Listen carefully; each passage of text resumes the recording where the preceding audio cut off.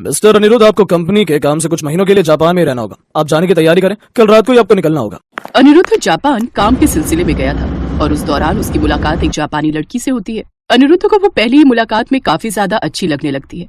Sushi को भी अनिरुद्ध भा जाता है। वैसे तो सुशी को हिंदी बिल्कुल भी नहीं आती थी, लेकिन अनिरुद्ध के साथ कुछ समय बिताने के बाद वो भी थोड़ी थोड़ी हिंदी सीख जाती है।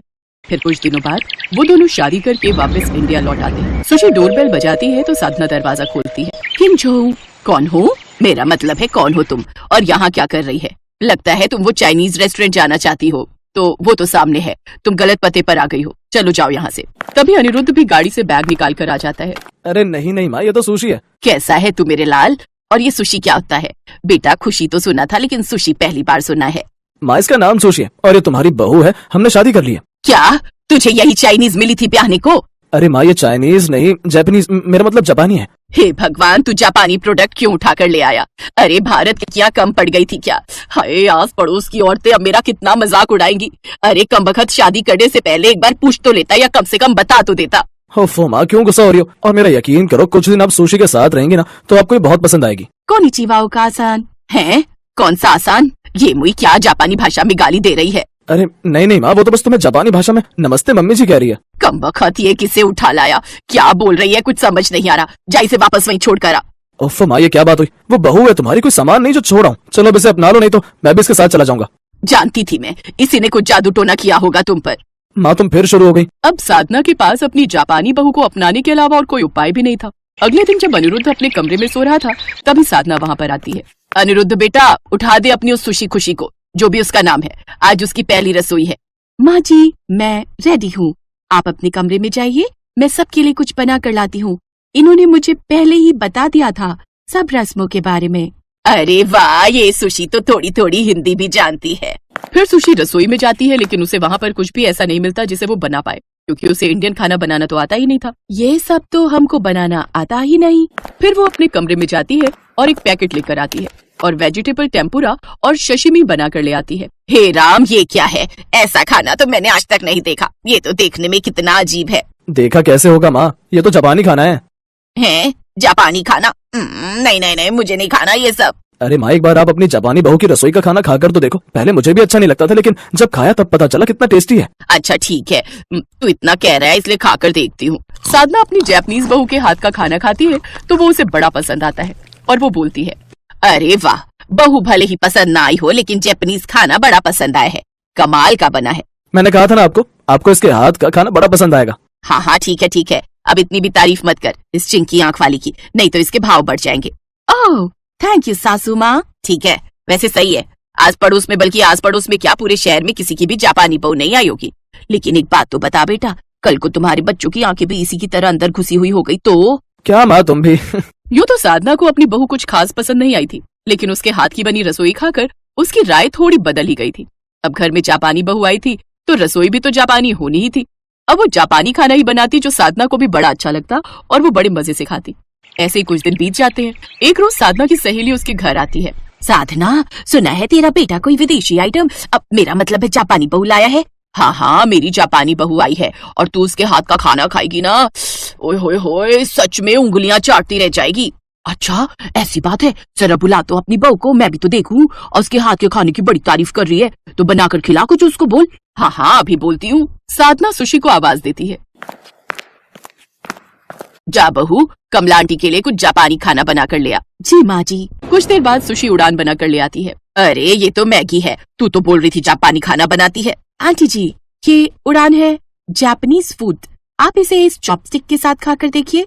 अरे नहीं नहीं, मैं इन लकड़ियों से नहीं खा सकती, मैं तो चम्मच से ही खाऊंगी। लकड़ी से खाना कौन खा सकता है? इन सीखों से तो हमारे आंगन में झाड़ू लगता है। हाँ बहू, तू इसके लिए जाकर वो चम्मच ही ले आ। सुशी अंदर से जाकर उनके लिए चम्मच ले आती है। जैसे ही कमला वो डिश खाती है तो वो उसको बहुत पसंद आती है।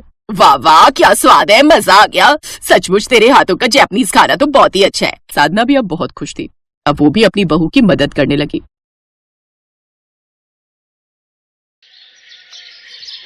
रीति, नीति, प्रीति, कहाँ हो? चलो अब खाना खा लो। अभी आते हैं माँ। वंदना की आवाज लगाते ही उसकी तीनों बेटियां रीति, नीति और प्रीति अपने घर की तरफ बढ़ती हैं। रीति हमेशा बीच में चलती थी और उसके दोनों तरफ कंधे पकड़कर नीति और प्रीति चला करती थी। दरअसल प्रीति और नीति देख नहीं सकती थी और रीति देख तो सकती थी पर वो पैरों से लाचार थी। तो रीति बैसाखी के सहारे थी और नीति और प्रीति रीति के सहारे। कितनी बार कहा है ज्यादा दूर मत जाया करो। रीति दीदी थी ना हमारे साथ। अरे कब तक तुम तीनों साथ रह पाओगी? एक दिन तो तुम तीनों को अपने अपने घर जाना ही होगा। फिर क्या करोगी बोलो? तो फिर हम शादी ही नहीं करेंगी। रीति दीदी का कंधा पकड़कर ऐसे ही चलती रहेंगी हमेशा। वंदना का कोई बेटा नहीं था, बस तीनों बेटियां थीं और वो भी अपाहिज। वंदना को इस बात का बहुत दुख था। वंदना का पति श्याम एक छोटा किसान था और बड़ी मेहनत से अपना और अपने परिवार का पेट पालता था। फिर एक दिन, रीति कहाँ हो? माँ मैं रोटी बना रही हूँ। अरे सारा दिन तू ही काम करती रहती है, अपनी दोनों बहनों को भी तो कुछ सिखा। माँ मैं हूं ना, और वैसे भी वो दोनों कैसे करेंगी? ऐसा नहीं है मेरी बच्ची, जब तू अपने घर चली जाएगी तो इन्हें भी तो ससुराल जाना पड़ेगा। फिर कैसे काम चलेगा? अंधे भी तो अपने हिसाब से काम करते हैं ना, और हम कोई अमीर घर से तो है नहीं कि काम नौकर चाकर करेंगे। पर माँ वो कैसे कर पाएंगी? आप खुद ही सोचो ना कि अगर आप देख ना पाओ तो आप कैसे पता करोगी कि कौन सी शक्कर है और कौन सा नमक? कैसे पता करोगी कि कौन सी मूली है और कौन सी गाजर? माँ मैं तो कहती हूँ कि आप मेरी शादी ही मत करो। मैं कमाऊंगी और सबका ख्याल रखूंगी हमेशा। रीति की बात सुनकर वंदना की आंखों में आंसू आ गए। ये बात नीति और प्रीति ने भी सुन ली और वो दोनों भी चुपके चुपके रोने लगी। फिर उसी शाम, माँ पिताजी मैंने सोच लिया है, हम तीनों बहनें या तो शादी ही नहीं करेंगी या फिर हमारी शादी ऐसे घर में करना जहाँ 3 भाई हो। बाकी हमें कुछ नहीं चाहिए, ना अमीर घर और ना ही कोई बहुत सुंदर लड़के। बस हमें अलग मत करना पिताजी, क्योंकि मेरे बिना इनका और इनके बिना मेरा गुजारा ही नहीं है। रीति की वो बात श्याम और वंदना को लग गई और फिर एक दिन श्याम भागा भागा घर आया।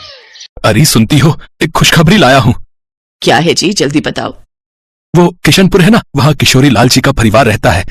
उनके 3 बेटे हैं और तीनों ही कुंवारे हैं। वो अपने बेटों की शादी करना चाहते हैं। इससे बढ़िया मौका नहीं मिलेगा। अगर उन तीनों लड़कों से अपनी बेटियों की शादी हो जाती है तो वो हमेशा साथ रह सकेंगी। पर वो हमसे रिश्ता जोड़ेंगे क्या? वो तो अरे यही तो बताना है तुम्हें। अब इसे भगवान की लीला ही कहो। वो तीनों भाई भी जरा कम देख पाते हैं, इसीलिए शायद वो मान जाए। अच्छा, तब तो आप फटाफट बात चलाओ। अगले ही दिन श्याम किशोरीलाल के घर पहुंचा और उससे अपनी बेटियों के रिश्ते की बात की। किशोरीलाल ने भी रिश्ते के लिए हाँ कर दी और श्याम से शादी की तैयारियां शुरू कर दी। तीनों बहनें भी बहुत खुश थीं। फिर शादी की तारीख भी आ गई, लेकिन फेरों से ठीक पहले। 1 मिनट रुको पंडित जी, इतनी जल्दी भी क्या है? हाँ तो श्याम जी, जरा दहेज वहेज का हिसाब तो समझाओ। पर दहेज की तो बात ही नहीं हुई थी किशोरी लाल जी, और जितना मुझसे बन पड़ा उतना तो मैं कर ही रहा हूँ। अरे तो हम अपने लिए कहाँ कुछ मांग रहे हैं? आप 3-3 बेटियां दे रहे हो। कल को बच्चे कहीं घूमने जाएंगे तो हर जगह ऑटो और बस के धक्के खाते फिरेंगे क्या? अब आप ऐसा करो कि एक ऐसी कार दे दो जिसमें 7 लोग आ जाएं। बस, बाकी कुछ नहीं चाहिए। है? पर ऐसी कार तो बहुत महंगी आएगी, मैं गरीब कहाँ से लाऊंगा किशोरी लाल जी? अरे तो अभी की बात कौन कर रहा है? हम आपकी तीनों बेटियों को ब्याह कर ले जा रहे हैं, ठीक है? ठीक 1 महीने बाद आप कार ले आना, और अगर नहीं ला पाए तो अपनी बेटियों को वापस ले जाना। बहुत बेगैरत आदमी हो किशोरी लाल, है? अपने बेटों की शादी करने आए हो या सौदा करने आए हो बे? मुखिया तुम चुप करो। अगर इतना ही प्यार आ रहा है ना इन लंगड़ी और अंधी बेटियों पर, तो तुम ही ले जाओ इन्हें अपने घर बहू बनाकर। करा देता, पर मेरा एक ही बेटा है, और अगर 3 होते ना तो तुम्हारे सामने इनसे शादी कराता और तुम्हें जूते मारकर बाहर निकाल देता इस गांव से, जूते मारकर। हाँ, तो हम जा रहे हैं। अब ढूंढ लेना ऐसा घर इन लंगड़ी और अंधियों के लिए, जहाँ बिना दहेज के तीनों की शादी हो जाए। हम भी देखते हैं। विमल बेटा इधर आ।